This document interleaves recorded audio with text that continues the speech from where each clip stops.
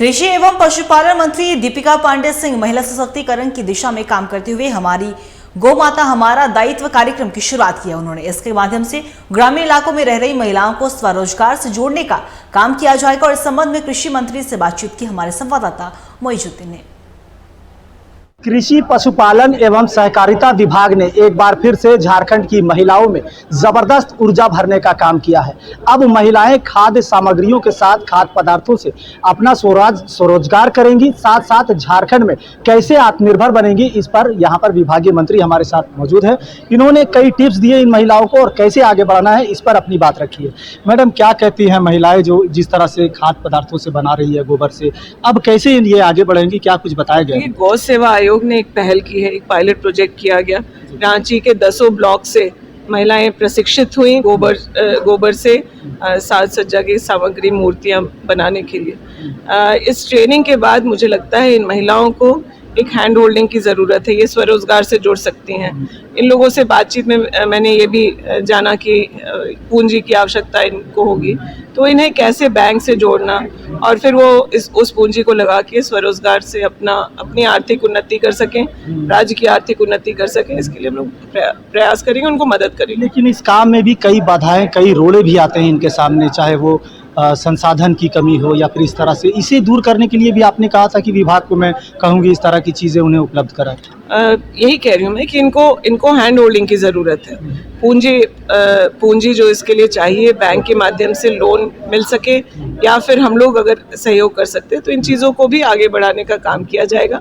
अभी ये ट्रेनिंग एक जिले में हुआ है, 24 जिले तक हम लोग इसको लेकर के जाएंगे और आने वाले समय में मुझे लगता है कि एक अच्छा कार्यक्रम और अच्छा स्कीम चलेगा। हाथ में चोट लगी है लेकिन कलम रुक नहीं रहा है, लगातार आप फील्ड में है, काम कर रही है। नहीं, अब ईश्वर की कृपा है कि बायां हाथ टूटा है तो फिर दाहिने हाथ का कलम क्यों रुकना चाहिए। क्योंकि आप भी महिला हैं और महिला उद्यमी भी महिला लोग भी यहाँ पर थी। इन महिलाओं के लिए, इनके ऊर्जा के लिए क्या कुछ कहेंगे?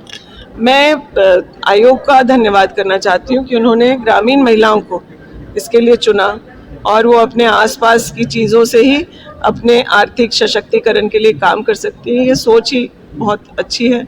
इसको घर घर तक जो ग्रामीण महिलाएं जो इससे जुड़ना चाहती हैं उन तक पहुंच पाए। आज लिमिटेड संख्या में इससे जुड़ी हैं महिलाएं। हर जिला, हर ब्लॉक की महिलाएं जुड़े, इसका प्रयास करेंगे। एक अंतिम सवाल होगा, सभी जिलों में आप बोल रहे थे कि इस तरह का जो हो गौशाला हो और ये तरह की चीज़ें खुलने की, वो क्या है? गौशाला बहुत सीमित संख्या में आज हमारे राज्य में सिर्फ 23 जो है रजिस्टर्ड गौशाला हैं।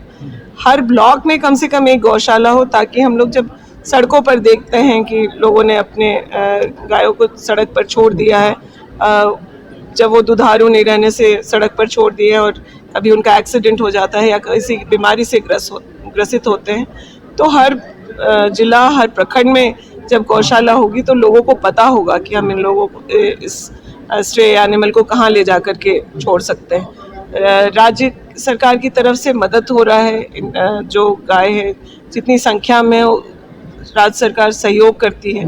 उसके अलावा गौशालाओं को सशक्त करने के लिए आपने देखा कि आज एक कार्यक्रम का यहाँ लॉन्च हुआ, जिसमें जो आम जनता है जो गौशालाओं को कंट्रीब्यूट करना चाहती हैं तो उस पोर्टल के माध्यम से सीधे गौशाला तक डोनेशन दे सकती हैं। उससे गौशालाएं और सशक्त होंगी और बेहतर सेवा गौ माता की कर पाएंगी। बहरहाल ये थी हमारे साथ विभागीय मंत्री दीपिका सिंह।